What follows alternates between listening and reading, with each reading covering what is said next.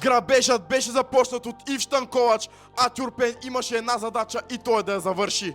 Барселона беше критично ограбена във втория кръг в Шампионска лига срещу Атлетико Мадрид. Жалко, много жалко, когато виждаш, че твой отбор се бори 90 минути, но не зависи нищо от тебе, а именно всичко зависи от съдята, който посечи за пореден път Барселона. Категорично неосъдена дуспа за Барса в наказателното поле срещу Дани Олмо. Отменен гол на Феран Торес Акулата, който можем да видим, че преди това имаше ръка на играч на Атлетико Мадрид, но това не се гледаше на ВАР, естествено. Червен картон, който беше даден за Ерик Гарсия, но можем да видим позицията на Жул Конде, който се доближи максимално до испанецът.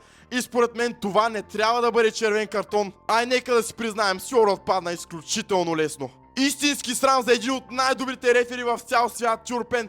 15 осъдени фала, 0 картона. Ами ти си истински срам. Следващия кръг вие сте аут. Това бяха думите на Рафиня към феновете на Атлетико Мадрид. Едно мога да кажа, УЕФА и Тюрпен си свършиха по прекрасен начин работата и Атлетико Мадрид отива на полуфинал.